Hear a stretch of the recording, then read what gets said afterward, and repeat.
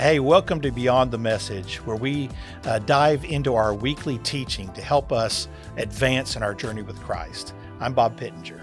And I'm Josh Welchel, and in our final week of RSVP, Pastor Alex compared the similarities between the groom coming to get his bride and the second coming of Christ to get his bride, the church. Yeah, in the biblical times, you need to know that a groom would come and get his bride after he had gone through the engagement ceremony, all that. He would go and prepare a place for them to live, and then he would come back and get his bride. In the exact same way, Jesus is preparing a special place for us today, a place that you've often heard called heaven. And one day, he's going to come back and get us. However, before he can take us to our eternal home, we have to accept his invitation to follow him. And so I think with this first question, Josh, what finally led you to accept Christ's invitation to follow him? Yeah, I was reflecting a little bit on this actually recently, and for me, it was I was a young kid and grew up in a pastor's home, and so grew up around church, spent a lot of time at church, and I think in many ways just kind of assumed that this was just what we did. This is just part of life, part of the process, and so the decision for me really came. I was sitting. It was in one of our elementary classes. We were having our Sunday school time, and they were doing communion that week. And so the communion tray was being passed around, and each of my friends was grabbing the cup of juice and the little piece of bread, and I went to grab it, and my best friend who was next to me looked at me and said, "Josh, that's not for you." And I remember being so shocked and like, what do you mean? It's like everyone else is getting their juice and their little snack. Like, what are you talking about? And he said, "Josh, this is a moment for those who have actually made the decision to follow Jesus, who have accepted his invitation and who have been baptized. And you haven't done that." And I remember that moment being initially just so frustrated and angry. But then as that really began a process for me of, I remember going to my parents that night and saying, "Hey, I really think this is more than just simply going to church. I want to follow Jesus." And so that really then led to the conversation to be baptized and to really be intentional. And what I've found in my life is that there's been, I think, many moments, many seasons where that following and following the invitation of Jesus has gotten deeper. Right. And there's been layers to that of, in this season, okay, I now see what the true cost of following in this arena is. And so there's been a deepening that's been happening, but it all started around the Lord's Supper, around communion, which is just interesting, especially given the imagery that we've talked about in this series. Right. of the wedding feast. And right. So yeah, I think for me, I was like you, I was raised in a Christian home, and as far back as I can remember, my parents would always, every evening, my bedtime when I was younger was 8 o'clock. And so at 7, we'd turn off the TV, we'd gather in the living room, we'd read the Bible together. Then my parents would have some type of Bible story that they would camp out on. And we'd talk about that story. And then they would explain it to us. We'd talk about what it meant to us. Then we'd have our prayer time and go to bed. And so I was in church every Sunday morning, Sunday night. We were doing these family devotions. And I remember sitting in a worship service, and I just couldn't take it anymore. I said, "God, I know I'm a sinner." And so the pastor said, "Hey, if you want to receive Jesus, come on up." And I went up and prayed with him. And what's interesting, I still have this piece of paper I've been a Christian 50 years now. I still have this piece of paper. When I got home that day, I wrote out, "Today I became a Christian. I knew I needed to repent because I had sinned against God, but I was scared to admit it."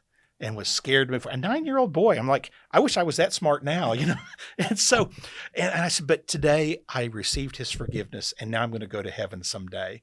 And so for me, it was just my parents constantly pouring into me, and I don't ever in my entire life remember them making me feel guilty or anything. They just kept telling me the truth of God's love and his plan and his purpose, and in my position with him, that I wasn't a child of God, even though he loved me. I needed to receive God's gift. And so for me, it was just my parents constantly telling me the truth of Jesus and God's love. And that's kind of what helped me, was when I finally got it at age 9, it's like, oh, I've got it. This is it. And so I just, that day at church, went forward and accepted Christ. That's awesome. Well, Sunday's sermon ended by discussing the groom coming to get his bride. And like a bride dreaming of her wedding day, what are you anticipating when you think about Christ coming to take you home to heaven, which we hope is not soon? Yeah. But what do you anticipate for that day? I think there's all these things that I hear people talk about. It's like, oh, I can't wait to see the pearly gates and the streets of gold. And I can't wait to see grandma and grandpa, mom and dad, brother and sister, my wife, my kids, whomever. They talk about that. And I think those are all important things. And I have those same feelings. But I think for me, what I can't wait to see is for eternity, we get God. We get to can you imagine what it's going to be like? I as a pastor, I've been to a lot of hospital beds when people have passed away and their faith has become sight. And I've often wondered what it would be like that moment laying in a hospital bed. You have pain, you have anxiety, you have all these things. You breathe your last, you close your eyes, and then when you open them, there's no pain, there's no suffering. I'll have hair.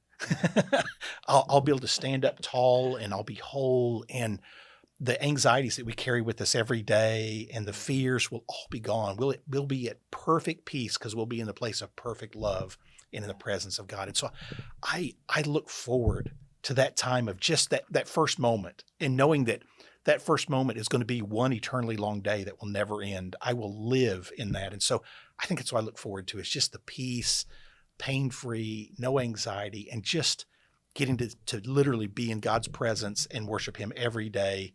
And whatever job he has for me to do in heaven, I get to do it, and I'm going to love it.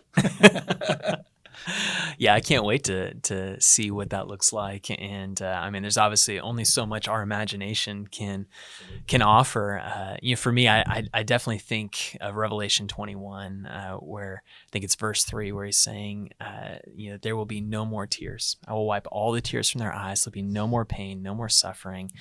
And I think the longer that I've been alive, the longer I've been in ministry, the more I've become acutely aware of just the pain and the suffering that so many experience in our world, and so I think there's just such an anticipation of all of that being stripped away and just experiencing the true joy and peace and the fullness of hope that God intended from the beginning of creation is something I'm so excited for. Yeah, I just can't wait. I love being here.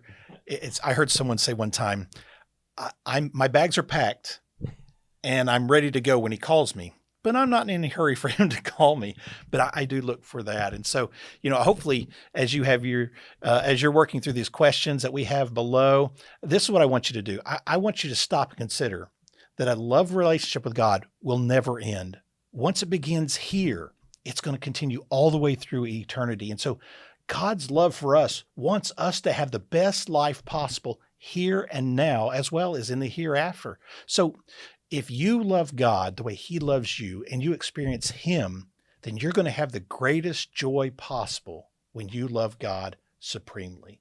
Now, let me close with this. If you want more information about Battle Creek Church or you need help with any of the questions below, you can contact us at groups@battlecreekchurch.com.